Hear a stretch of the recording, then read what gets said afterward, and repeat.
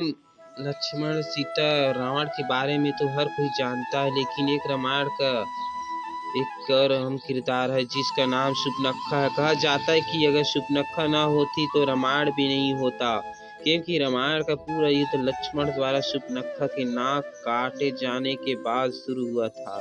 शूर्पणखा के बारे में बहुत कम जानकारी मिलती है।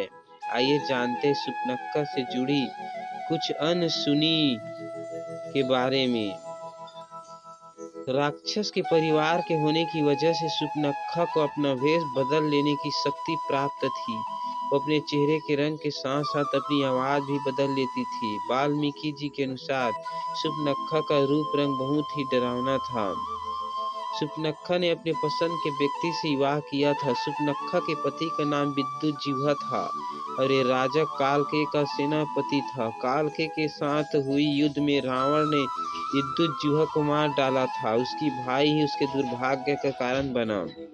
पति की मौत के बाद शूर्पणखा ने अपनी पूरी जिंदगी लंका और दक्षिण भारत के जंगल में बिताई। वो कुछ दिनों के बाद अपने रिश्तेदार खर और दूषण के साथ राम और रावण के बीच शत्रुता कराना कहा जाता है। शूर्पणखा राम के रूप पर मोहित हो गई थी, लेकिन एक पतिव्रता होने की वजह से राम ने उसे लक्ष्मण के साथ भेज दिया। लक्ष्मण भी एक पत्नीव्रता थी, इसलिए उन्होंने शूर्पणखा को अपनाने में इनकार कर दिया। गुस्से में आकर शूर्पणखा ने सीता पर हमला करने की कोशिश की, जिसके बाद लक्ष्मण ने उसकी नाक और कान काट दिए गए। हालांकि इस कहानी में भी कि पति के मारे जाने के बाद वो अपनी भाई रावण से बदला लेना चाहती थी, लेकिन उसे रावण की शक्ति का एहसास था। जब उसने राम के पराक्रम के बारे में सुना तो रावण ने बदला लेने की उसकी इच्छा फिर से जाग उठी और इसलिए उन्होंने राम और रावण के बीच दुश्मनी पैदा करने का काम किया,